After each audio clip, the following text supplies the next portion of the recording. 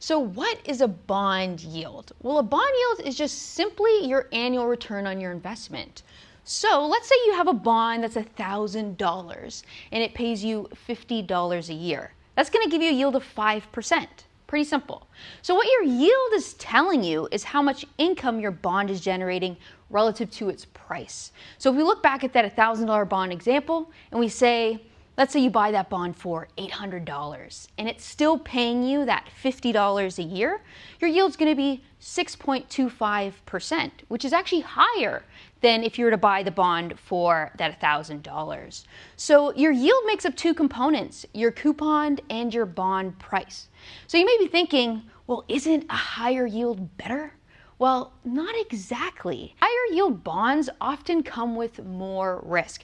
So you're actually being compensated for the more risk you're taking on. So the question is which one is right for you? And so that's going to depend on your risk tolerance, your time horizon, and this is where bond funds really make things simple. You can select a conservative bond fund that offers more stability, or maybe a higher yielding bond fund that provides a little more risk, but can get you potentially a greater return. So the true benefit of a bond fund is that you're getting instant diversification without having to individually select bonds yourself.